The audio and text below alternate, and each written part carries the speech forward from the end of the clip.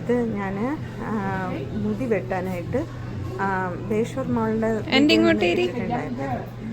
അവിടെ തന്നെ ഉള്ള ഒരു സലൂണാണ് കേട്ടോ. അപ്പോൾ അവിടെ വന്നിട്ട് ഹെയർ കട്ട് ചെയ്യുവാണ്. ഹെയർ കട്ട് ചെയ്യാനുള്ള ഇതെൻ്റെ മൂത്ത മോളാണ് കേട്ടോ, ദീപ്തി.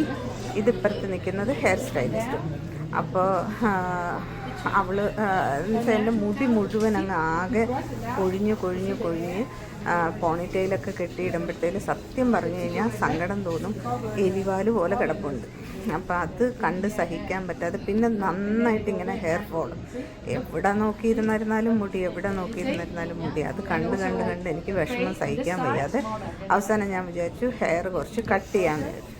അങ്ങനെ കുറച്ച് ഹെയർ കട്ട് ചെയ്തതാണ് കേട്ടോ. അപ്പോൾ കട്ട് ചെയ്യാൻ വന്നപ്പോഴത്തേലും അവർ പറഞ്ഞു നന്നായിട്ട് കയറ്റി കട്ട് ചെയ്യണം. കാരണം എന്ന് വെച്ച് കഴിഞ്ഞാൽ അകത്തോട്ടുള്ള മുടി നല്ല തിക്കായിട്ടുണ്ട്, പക്ഷെ പുറത്തോട്ട് വന്ന് നിൽക്കുന്ന മുടിയെല്ലാം നീളത്തിലുള്ള മുടിയെല്ലാം ഡാമേജ്ഡ് ആയിട്ടുണ്ട്. അപ്പോൾ അതൊക്കെ മുഴുവൻ കട്ട് ചെയ്ത് കളയണം എന്ന് പറഞ്ഞു. അവരത് കട്ട് ചെയ്ത് തന്നു കേട്ടോ. നന്നായിട്ട് കട്ട് ചെയ്തു. എനിക്ക് ഭയങ്കരമായിട്ട് ഇഷ്ടപ്പെട്ടു. എൻ്റെ ജീവിതത്തിൽ ഞാൻ ഫസ്റ്റ് ടൈമാണ് ഇത്രയും കുറച്ച് ഹെയർ കട്ട് ചെയ്യുന്നത്. പക്ഷെ നമ്മൾ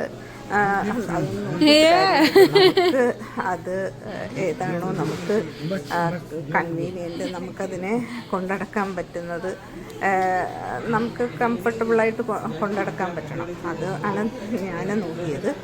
അപ്പോൾ മോളാണ് കൊണ്ടുപോയിട്ട് ഹെയർ കട്ടൊക്കെ ചെയ്യിപ്പിച്ചത്. അപ്പം എന്നിട്ട് എല്ലാവർക്കും ഇഷ്ടപ്പെട്ടു. എനിക്ക് വളരെയധികം ഇഷ്ടപ്പെട്ടു. തലയൊക്കെ ഒന്ന് കുടഞ്ഞു കാണിക്കാൻ പറഞ്ഞതാട്ടോ. കുടഞ്ഞു കാണിച്ചു. ഇപ്പം എനിക്ക് മുടി ഭയങ്കര സുഖമായിട്ട് കഴുകാനും, അല്ലെങ്കിലും തല കഴുകുമ്പോഴൊക്കെ ഇങ്ങനെ എൻ്റെ തലയിൽ ഇത്രയും മുടി ഉണ്ടോയെന്ന് എനിക്ക് ഡൗട്ടുണ്ട്. അമ്മാതിരി മുടി ഇങ്ങനെ കൊടുക്കും കേട്ടോ.